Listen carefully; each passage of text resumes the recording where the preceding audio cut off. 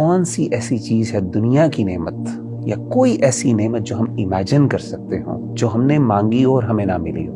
اللہ کہیں گے کیا میں تمہیں اس سے افضل کوئی چیز نہ دوں؟ جنتی پوچھیں گے اللہ اس سے افضل کیا ہو سکتا، یعنی اور کون سی نعمت رہ سکتی؟ اللہ تعالیٰ ان کو کہیں گے کہ اس سے بھی افضل ایک نعمت، اور وہ نعمت یہ ہے کہ میں آج کے بعد ہمیشہ ہمیشہ کے لیے تم سے راضی ہوگی اور میں تم سے کبھی ناراض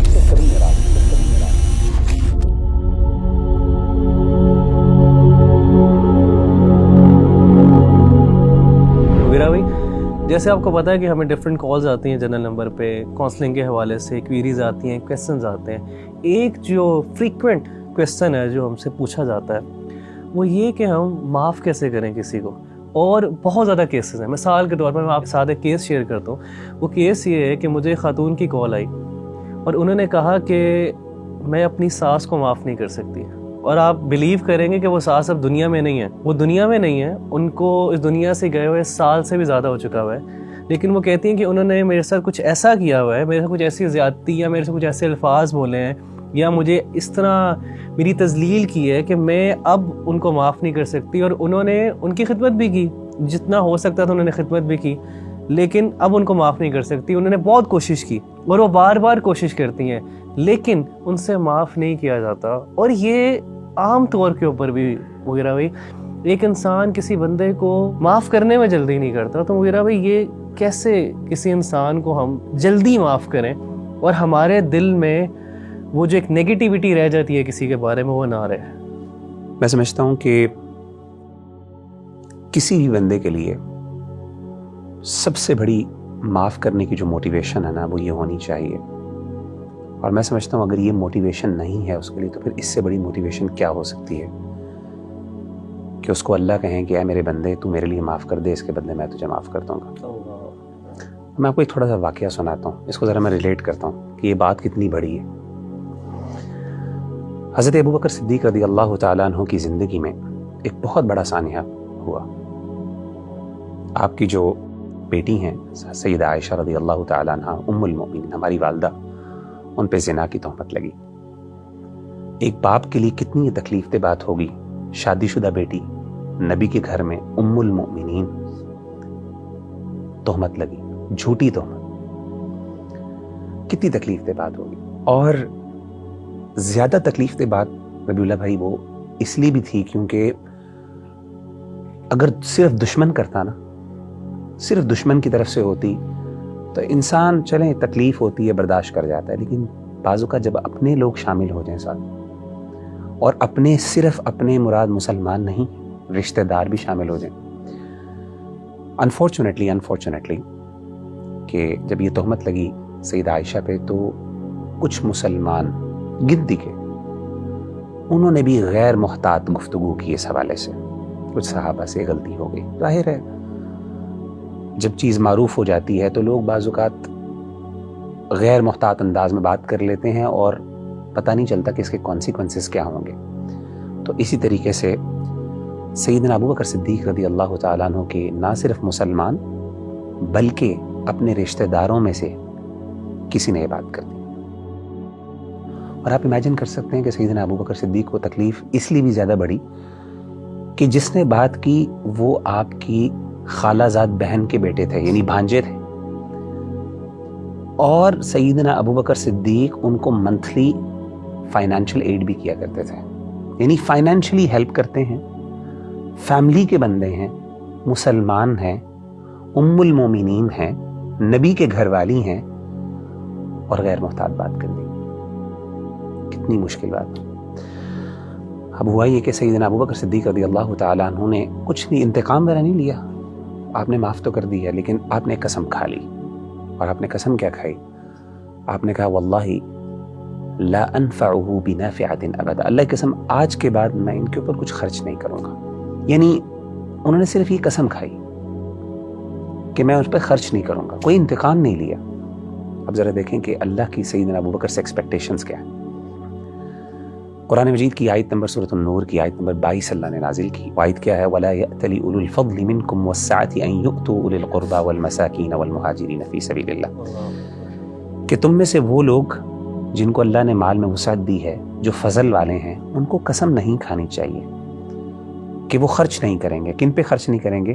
وہ جو مہاجرین ہیں, جو مسکین ہیں, اور جو رشتہ دار ہیں.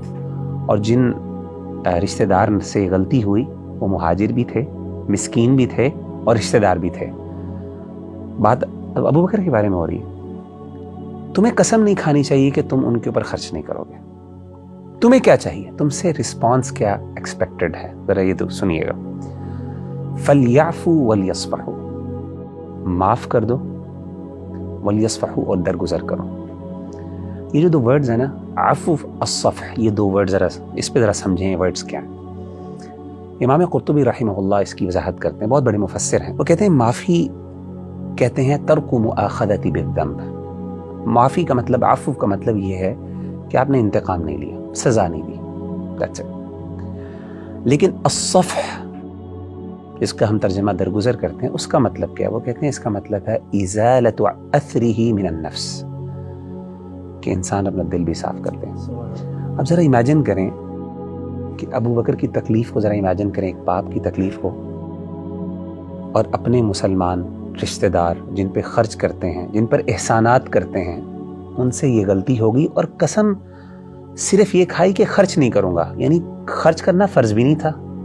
کون سا زکوٰۃ کی بات تھی؟ زکوٰۃ بھی نہیں تھی. صدقہ کرتے تھے, فرض بھی نہیں تھا. اللہ نے کہا ابو بکر نہیں, معاف بھی کرنا ہے, معاف کرنے کے ساتھ ساتھ دل بھی صاف کرنا ہے. یعنی دل میں بھی کچھ نہیں ہونا چاہیے. اب امیجن کریں کہ ابو بکر کے لیے کیا ان ریٹرن ہے. یعنی ٹھیک ہے اللہ میں کر لوں گا, یہ بہت بڑی بات ہے کہ چلے بندہ کہتا ہے معاف کر دیا, لیکن دل نہیں صاف ہوتا. دل میں جو تکلیف اور وہ دل کا زخم جسے کہتے ہیں نا, وہ تو صرف جس کو لگتا ہے وہی محسوس کر سکتا ہے. اللہ نے کہا کہ ابو بکر الا تحبون ان یغفر اللہ لکم, کیا تم نہیں پسند کرتے کہ اس کے بدلے اللہ تمہیں معاف کر دے؟ اچھا ربی بھائی, آپ نا ذرا اس بات پہ غور کریں. میں آپ سے ایک سوال کرتا ہوں, مجھے یہ بتائیے کہ سیدنا ابو بکر صدیق رضی اللہ تعالیٰ عنہ کیا کوئی بہت گناہ گار آدمی تھے؟ نبی کے بعد ابو بکر صدیق رضی اللہ تعالیٰ اس امت میں سب سے بہترین, اللہ معاف کرے, کیا کوئی ان سے بڑا گناہ, کوئی چوری, کوئی شراب, کوئی اس طرح کی غلطیاں ہوتی تھیں؟ بالکل. آپ مجھے بتائیں ان کے لیے معافی کی موٹیویشن کیا ہے؟ یعنی کوئی مجھ جیسا گناہ گار ہو تو وہ اس کے لیے تو معافی کے جی سارے گناہ معاف ہو جائیں گے, تم اس کو معاف کر دو, اس کے لیے تو موٹیویشن سمجھ آتی ہے. لیکن ابو بکر کے لیے کیا اس میں موٹیویشن تھی کہ ابو بکر نے کہا, جیسے ہی اللہ نے کہا الا تحبون ان یغفر اللہ لکم, تو سیدنا ابو بکر نے کہا بلا یا ربنا, اے میرے رب کیوں نہیں, ہم پسند کرتے ہیں اور اس کے لیے سب کچھ قربان کرنے کے لیے تیار ہوں کہ تم مجھ سے راضی ہو جاؤ. میں نے اس پہ غور کیا, میں نے کہا یار کیا اس میں ایسی چیز ہے. تو مجھے اس بات کا احساس ہوا کہ یہ جو اللہ کی رضا اور اللہ کی جو معافی ہے اور اللہ کی خوشنودی ہے نا, اس کی لذت کا احساس نا یہ بہت کم لوگوں کو ہوتا.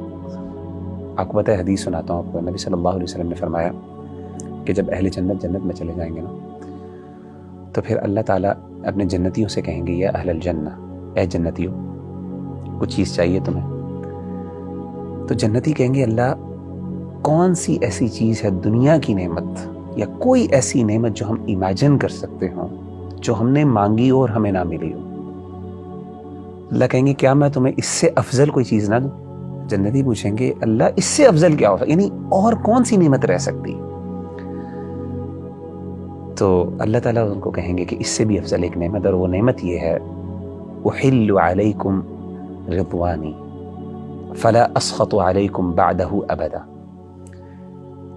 کہ میں آج کے بعد ہمیشہ ہمیشہ کے لیے تم سے راضی ہو گیا اور میں تم سے کبھی ناراض نہیں ہوں گا. یہ 2 بڑے انعامات ہیں. یعنی جنتی جو جنت کی خوشیاں اور جنت کی نعمتیں اپنی جگہ پہ, لیکن 2 ایسے انعامات ہیں جو اللہ کی, جسے کہتے ہیں نا ایک اسپیشل گفٹس جو اللہ کو ملیں گے, کہ اللہ کا دیدار ہے, اور دوسرا یہ اللہ کا گفٹ ہے کہ اللہ کہے گا میرے بندے میں ہمیشہ ہمیشہ تجھ سے راضی ہو گیا. اس وقت اہل جنت کو احساس ہوگا کہ جو اللہ کا راضی ہونا یہ کتنی بڑی نعمت ہے. آج ہم شاید نہیں کر سکتے. اصل میں ابو بکر کو وہ احساس ہو گیا, اتنے باکردار آدمی ہے لیکن وہ اتنے ہی احساس ہے اس بارے میں. ربیع اللہ بھائی, میں سمجھتا ہوں کہ one of the major reasons why ہم کیوں نہیں لوگوں کو معاف کرتے ہیں, ہمیں لگتا ہے شاید معاف کرنے سے نا ہم چھوٹے ہو جائیں گے. انا کا مسئلہ ہے نا, یعنی لوگ کیا کہیں گے, یار انتقام نہیں لے سکا, بیچارہ مجبور تھا, کمزور آدمی تھا. کیونکہ نیچرلی وہ بیچارہ کمزور ہوتا ہے وہی انتقام نہیں لیتا، لیکن جس کے پاس اختیار ہوتا ہے زیادہ، وہ اللہ معاف کرے اس کو ایسی جگہ پہ پہنچا کے آتا ہے کہ وہاں پہ ہم امیجن نہیں کر سکتے۔ نبی صلی اللہ علیہ وسلم کی ایک اور حدیث سنے، آپ نے 3 دفعہ قسم کھائی، 3 باتوں پہ آپ نے قسم کھائی، واللہ والذی نفسی بیدی، اس ذات کی قسم جس کے ہاتھ میری جان۔ امیجن کریں کہ نبی صلی اللہ علیہ وسلم قسم کھا رہے ہیں صحابہ کے سامنے۔ 3 باتیں کیا تھی؟ آپ نے پہلی چیز کہا ما نقصت صدقۃ من مال، پہلی بات آپ نے قسم یہ کھائی کہ صدقے سے کبھی مال کم نہیں ہو۔ اور دوسرا آپ نے کہا، آپ نے قسم کھا کے کہا، آپ نے کہا کہ تم میں سے کوئی بندہ اگر اس پہ کوئی زیادتی کرے اور وہ صرف اللہ کے لیے معاف کر دے تو یاد رکھو اللہ اس کو عزت میں بڑھا دیتے ہیں، الا رفعہ اللہ عزا، یہ حدیث میں الفاظ ہے۔ اور تیسری آپ نے قسم کھا کے بات کہی کہ وہ شخص جو اللہ کے لیے عاجزی اختیار کرتا ہے، ہیوملٹی ایکسپریس کرتا ہے، یہ اللہ اس کو بلندیاں عطا کرتے ہیں۔ تو یہ اصل میں نا میں سمجھتا ہوں نصیب کی بات ہے، یہ ایک فہم کی بات ہے، سمجھ کی بات ہے، اپروچ کی بات ہے۔ اگر انسان اس انداز سے اور زاویے سے سوچنا شروع کر دے، میرا خیال ہے انسان کا دل بڑا ہو جاتا ہے۔